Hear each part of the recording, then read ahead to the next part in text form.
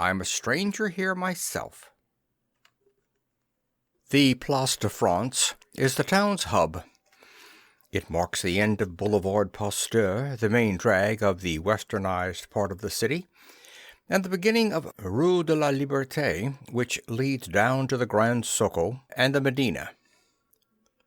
In a 3-minute walk from the Place de France, you can go from an ultra-modern, California-like resort to the Baghdad of Harun al-Rashid. It's quite a town, Tangier. King-size sidewalk cafes occupy 3 of the strategic corners on the Place de France. The Café de Paris serves the best draft beer in town, gets all the better custom, and has 3 shoeshine boys attached to the establishment. You can sit of a sunny morning and read the Paris edition of the New York Herald Tribune while getting your shoes done up like mirrors for 30 Moroccan francs, which comes to about 5 cents at current exchange. You can sit there after the paper's read, sip your espresso, and watch the people go by.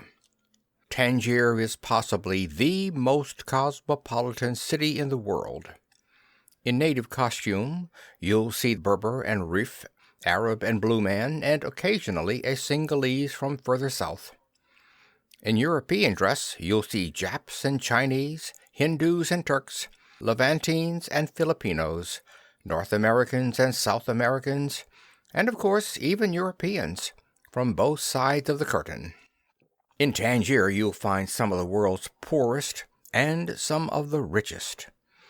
The poorest will try to sell you anything from a shoeshine to their not very lily-white bodies, and the richest will avoid your eyes, afraid you might try to sell them something. In spite of recent changes, the town still has its unique qualities. As a result of them, the permanent population includes smugglers and black marketeers, fugitives from justice and international conmen, espionage and counter-espionage agents, homosexuals, nymphomaniacs, alcoholics, drug addicts, displaced persons, ex-royalty, and subversives of every flavor. Local law limits the activities of few of these. Like I said, it's quite a town. I looked up from my Herald Tribune and said, "Hello, Paul. Anything new cooking?" He sank into the chair opposite me and looked around for the waiter. The tables were all crowded, and since mine was a face he recognized, he assumed he was welcome to intrude. It was more or less standard procedure at the Café de Paris. It wasn't a place to go if you wanted to be alone. Paul said, "How are you, Rupert? Haven't seen you for a donkey's years." The waiter came along, and Paul ordered a glass of beer. Paul was an easy-going, sallow-faced little man. I vaguely remembered somebody saying he was from Liverpool and in exports. "What's in the newspaper?" he said disinterestedly. "Pogo and Albert are going to fight a duel," I told him, "and little Abner is becoming a rock-and-roll singer." He grunted. "Oh," I said, "the intellectual type." I scanned the front page. "The Ruskies have put up another manned satellite." "They have, eh? How big?"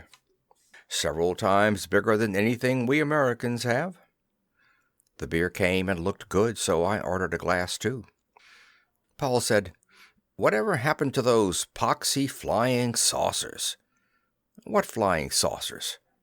A French girl went by with a poodle so finely clipped as to look as though it had been shaven.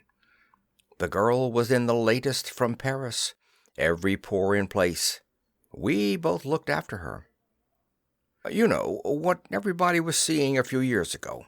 It's too bad one of these bloody manned satellites wasn't up then. Maybe they would have seen one." "That's an idea," I said. We didn't say anything else for a while, and I began to wonder if I could go back to my paper without rubbing him the wrong way. I don't know Paul very well, but for that matter it's comparatively seldom you ever get to know anybody very well in Tangier. Largely, cards are played close to the chest. My beer came, and a plate of tapas for us both. Tapas at the Café de Paris are apt to be potato salad, a few anchovies, olives, and possibly some cheese. Free lunch, they used to call it in the States. Just to say something, I said, "Where do you think they come from?" And when he looked blank, I added, "The flying saucers." He grinned. "From Mars or Venus or someplace." I said. "Too bad none of them ever crashed or landed on the Yale football field and said, 'Take me to your cheerleader,' or something." Paul yawned and said, "That was always the trouble with those crackpot blokes' explanations of them. If they were aliens from space, then why not show themselves?" I ate one of the potato chips. It had been cooked in rancid olive oil. I said, "Oh, there are various answers to that one. We could probably sit around here and think of 2 or 3 that made sense." Paul was mildly interested. "Like what?" "Well, hell, suppose, for instance, there's this big galactic league of civilized planets. But it's restricted, see? You're not eligible for membership until until you've developed spaceflight. Then you're invited into the club. Meanwhile, they send secret missions down from time to time to keep an eye on your progress." Paul grinned at me. "I see you read the same poxy stuff I do." A Moorish girl went by, dressed in a neatly tailored gray jalaba, European-style high-heeled shoes, and a pinkish silk veil, so transparent that you could see she wore lipstick. Very provocative dark eyes can be over a veil. We both looked after her. I said, "Oh, here's another one. Suppose you have a very advanced civilization on, say, Mars."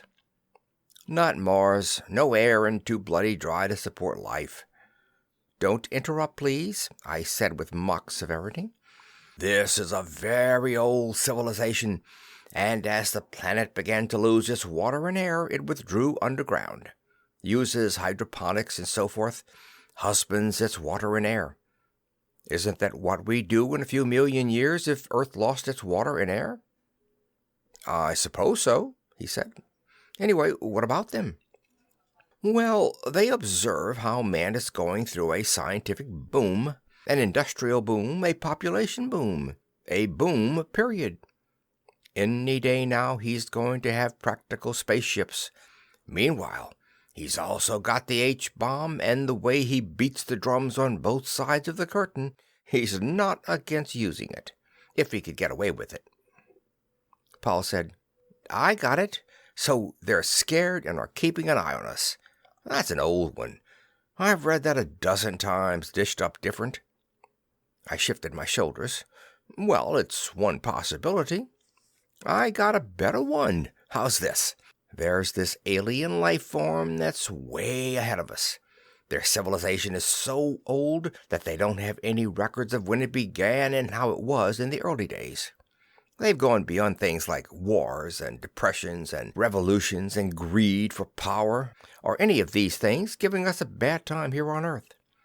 They're all like scholars, get it? And some of them are jolly well taken by Earth, especially the way we are right now with all the problems, get it?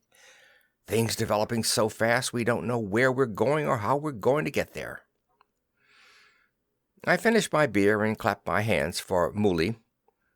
"How do you mean, where we're going?" "Well, take half the countries in the world today. They're trying to industrialize, modernize, catch up with the advanced countries. Look at Egypt and Israel and India and China and Yugoslavia and Brazil and all the rest. Trying to drag themselves up to the level of the advanced countries, and all using different methods of doing it. But look at the so-called advanced countries, up to their bottoms in problems, juvenile delinquents, climbing crime and suicide rates, the loony bins full of the balmy, unemployed, threat of war, spending all their money on armaments instead of things like schools. All the bloody mess of it. Why, a man from Mars would be fascinated like." Mooley came shuffling up in his babouche slippers, and we both ordered another schooner of beer. Paul said seriously, "You know, there's only one big snag in this sort of talk. I've sorted the whole thing out before, and you always come up against this brick wall. Where are they, these observers, or scholars, or spies, or whatever they are? Sooner or later we'd nab one of them. You know, Scotland Yard, or the FBI, or Russia's secret police, or the French Sûreté, or Interpol. This world is so deep in police, counter-espionage outfits, and security agents that an agent would slip up in time, no matter how much he'd been trained. Sooner or later, he'd slip up, and they'd nab him." I shook my head. "Not necessarily. The first time I ever considered this possibility, it seemed to me that such an alien would base himself in London or New York, somewhere where he could use the libraries for research, get the daily newspapers and the magazines, be right in the center of things. But now I don't think so. I think he'd be right here in Tangier." "Why Tangier?" "It's the one town in the world where anything goes. Nobody gives a damn about you or your affairs. For instance, I've known you a year or more now, and I haven't the slightest idea of how you make your living." "That's right," Paul admitted. "In this town you seldom ever ask a man where he's from. He can be British, a White Russian, a Basque, a Sikh, and nobody could care less. Where are you from, Rupert?" "California," I told him. "No, you're not," he grinned. I was taken aback. "What do you mean?" "I felt your mind probe back a few minutes ago when I was talking about Scotland Yard or the FBI possibly flushing an alien. Telepathy is a sense not trained by the humanoids. If they had it, your job and mine would be considerably more difficult. Let's face it, in spite of these human bodies we're disguised in, neither of us is humanoid. Where are you really from, Rupert?" "Aldebaran," I said. "How about you?" "Deneb," he told me, shaking. We had a laugh and ordered another beer. "What are you doing here on Earth?" I asked him. "Researching for one of our meat trusts. We're protein eaters. Humanoid flesh is considered quite a delicacy. How about you?" "Scouting the place for thrill tourists. My job is to go around to these backward cultures and help stir up intertribal or international conflicts, all according to how advanced they are. Then our tourists come in, well shielded of course, and get their kicks watching it." Paul frowned. "That sort of practice could spoil an awful lot of good meat." End of I'm a Stranger Here Myself,